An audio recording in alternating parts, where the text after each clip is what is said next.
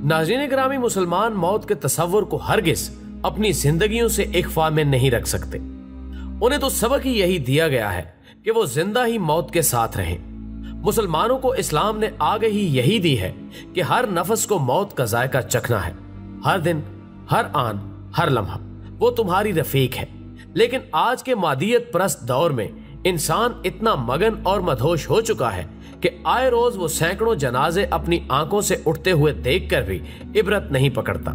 बस दिन रात दुनिया कमाने की धुन उस पर सवार रहती है और पता भी नहीं चलता कब मौत आकर इंसान का घिराव कर लेती है और पलक झपकते ही इंसान की दूसरी दुनिया शुरू हो जाती है।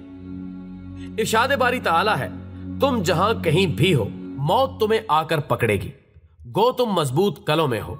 और अगर इन्हें कोई भलाई मिलती है तो कहते हैं कि ये अल्लाह की तरफ से है, और अगर कोई बुराई पहुंचती है तो ये कह उठते हैं कि ये तेरी तरफ से है। इन्हें कह दो ये सब कुछ अल्लाह ताला की तरफ से है। उन्हें क्या हो गया है कि कोई बात समझने के भी करीब नहीं। सूरह निसा 78। ख़वातीनो हजरात, आमतौर पर यह सवाल किया जाता है कि मरने के बाद इंसान की आंखें खुली क्यों रह जाती हैं। साइंस इसका जो जवाब भी दे, लेकिन एक मुसलमान के लिए इससे बड़ा हिकमत अफरोज जवाब क्या हो सकता है जो आकाए दो जहां सल्लल्लाहु अलैहि वसल्लम ने दिया था और इस राज़े लाफानी से आगाह फरमा दिया था कि जब कोई आदमी फौत होता है तो उसकी आंखें एक ऐसा मंजर देख रही होती हैं जो जिंदों को भी नजर नहीं आता। नाज़रीन गिरामी, मुस्लिम और इब्ने माजा की रिवायात के मुताबिक हजरत अबू सलमा रजी अल्लाह ताला अन्हो का जब वक्त करीब आया तो रसूलुल्लाह सल्लल्लाहु अलैहि वसल्लम उनकी अयादत के लिए तशरीफ लाए। वो जानकुनी के आलम में थे। पर्दे की दूसरी तरफ औरतें रो रही थीं। आप सल्लल्लाहु अलैहि वसल्लम ने फरमाया, जब मैयत की जान निकल रही होती है तो उसकी निगाहें परवाज करने वाली रूह का पीछा करती हैं। तुम देखते नहीं कि आदमी मर जाता है तो उसकी आंखें खुली रह जाती हैं।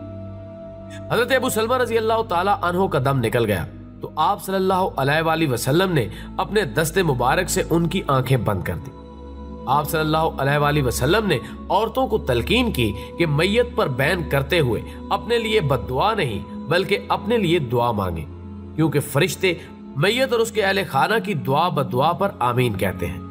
इस मौके पर नबी करीम सल्लल्लाहु अलैहि वसल्लम ने हजरत अबू सलमा रजी अल्लाह ताला अन्हो के लिए यूं दुआ फरमाई, ऐ अल्लाह, अबू सलमा रजी अल्लाह ताला अन्हो की मगफरत फरमा, हिदायत याफ्ता लोगों यानी अहले जन्नत में इनका दर्जा बुलंद कर दे, पसमानदेगान में उनका कायम मकाम हो जा।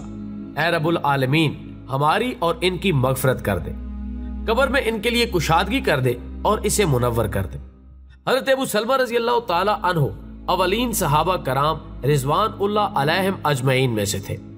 रिवायत है कि रसूलुल्लाह सल्लल्लाहु अलैहि वसल्लम ने हजरत अबू सलमा रजी अल्लाह ताला अन्हो की नमाज जनाजा के दौरान पहली बार 9 तकबीरें कही थी। ख़वातीनो हजरात, हर सांस उम्र को कम और हर कदम इंसान की मंजिल को करीब तर कर रहा है। अक्लमंद मुसाफिर अपने काम से फरागत के बाद अपने घर की तरफ वापसी की फिक्र करते हैं। वो ना परदेश में दिल लगाते हैं और ना ही अपने फराइज से बेखबर शहर की रंगीनियों और भूल भलाइयों में उलझ कर रह जाते हैं। हमारी असल मंजिल जारी है और हमारा अपना घर जन्नत है। हमें अल्लाह ताला ने एक जिम्मेदारी सौंप कर एक महदूद वक्त के लिए इस सफर पर रवाना किया है। अकलमंदी का तकाजा तो यही है कि हम अपने ही घर वापस जाएं, क्योंकि दूसरों के घरों में जाने वालों को कोई भी दाना नहीं कहता।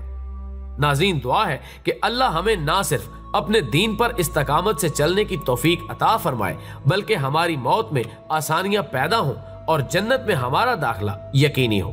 आमीन। वीडियो पसंद आने की सूरत में इसे ज्यादा से ज्यादा लाइक करके हमारी हौसला अफजाई करें और वीडियो को फेसबुक और व्हाट्सएप पर शेयर करने में हमारा साथ दें। हमारी अगली वीडियो आने तक अपना, दोस्तों और गिरदोनवा के तमाम लोगों का बहुत ख्याल रखें।